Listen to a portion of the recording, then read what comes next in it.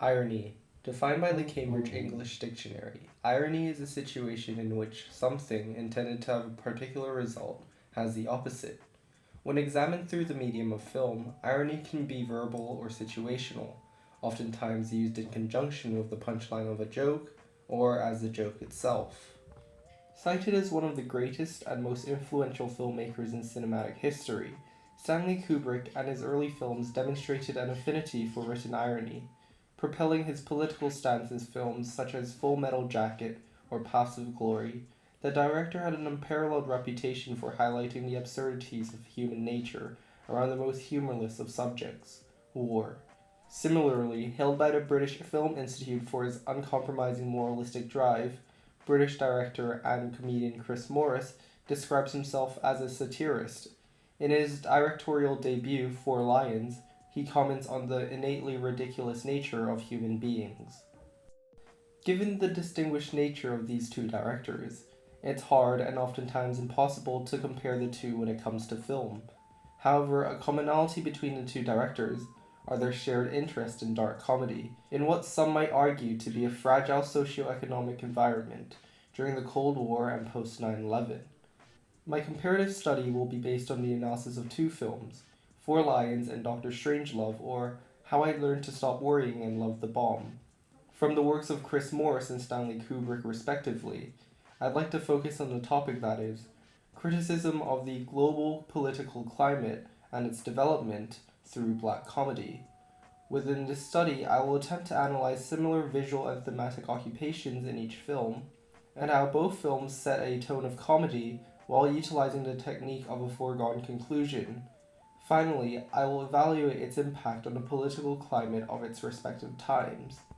I believe that these two works were appropriate for comparison because, as mentioned previously, both films, set 45 years apart, are critical of the social-political climate of their respective time periods, being one that cowered in fear of inevitable nuclear fallout, and another which imposed prejudice against Muslims for the incidents of Islamic terrorism during the 21st century. The two films as well share the intentions of satiricalizing the heavy topics of war and terrorism through the development of the characters and their lighthearted nature despite the inherent problems that are faced.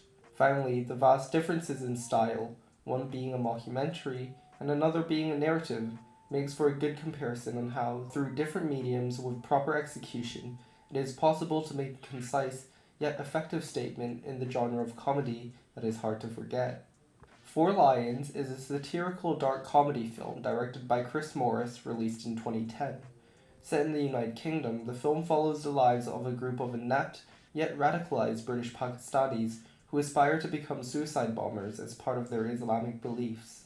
It should come to no surprise that the group encounters a series of problems along the way, with one of the characters ironically wanting to bomb the local mosque to, as he says, radicalize the moderates, another tripping over when crossing a field with his explosives due to his careless nature, and the protagonist himself accidentally destroying an Al-Qaeda affiliated training camp in an attempt to shoot down an American drone. The group is, to say the least, dysfunctional, and when their competing ideologies ultimately clash, it results in an emotionally engaging farce. In their summary of the film, Sundance Film Festival describes Four Lions as comic tour de force, showing that while terrorism is about ideology, it can also be about idiots. Set during the Cold War, Dr. Strangelove, or How I Learned to Stop Worrying and Love the Bomb, is a political black comedy film released in 1964 that played on the fears of a nuclear conflict between Soviet Union and the United States during the aftermath of World War II. In this film, the story is divided into three subplots, interlaced with one another. The majority of the film is set within the United States, specifically at the Burpelson Air Force Base, following the delusional character of Jack D. Ripper. He believes that the communists are fluoridating American products and water supplies and issues a war order known as Wing Attack Plan R, which was essentially a loophole that enables senior officers like himself to launch a nuclear attack against the Soviet Union. In his film, Kubrick pins the blame for the nuclear race madness and the Cold War paranoia squarely on the nature of human beings. Misguided individuals fiddling with the power to eradicate all life on Earth as if they were playing a game. where Dr. Strangelove as a character ironically represents fascism among the presence of capitalism and communism, not dead as the men in the war room would assume, but merely confined to a wheelchair, disabled. Facial expressions play a prominent role in both Doctor Strangelove and Four Lions, and acts as a cue which breaks the fourth wall. While it can bring the audience into the subjective minds of the characters, in a comedy, it also allows the audience to comprehend just how absurd the stakes are. In Doctor Strangelove, close ups are used frequently and become extremely apparent in the first scene in the war room. While President Muffley attempts to warn the drunken Russian premier of an impending nuclear attack, the audience is provided with a close up of the general listening into the conversation. In this scene, the general represents the audience. The raw emotion captured, which is one of doubt and confusion, emphasizes just how ridiculous the scene is. In Four Lions, close ups are used more sparingly. As the film imitates the style of a mockumentary, cinematography and acting makes up for more of the comedic delivery. The composition of each scene, in its unedited and uncut form, creates a sense of reality, making the facial expressions of each actor and the pauses between dialogue more believable and relatable.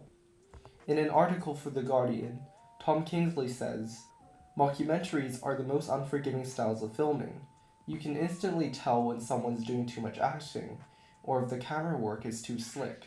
It's quite tricky to plot a story that can be revealed only by what a documentary crew would happen to stumble upon." While most may agree that this style of film is low culture, the quick pans and zooms of handheld camera work allows filmmakers to give the illusion of not knowing what will happen next, moving with the characters as they go through a scene. In both Four Lions and Doctor Strangelove, the tone of comedy is explored significantly throughout the development of their respective stories.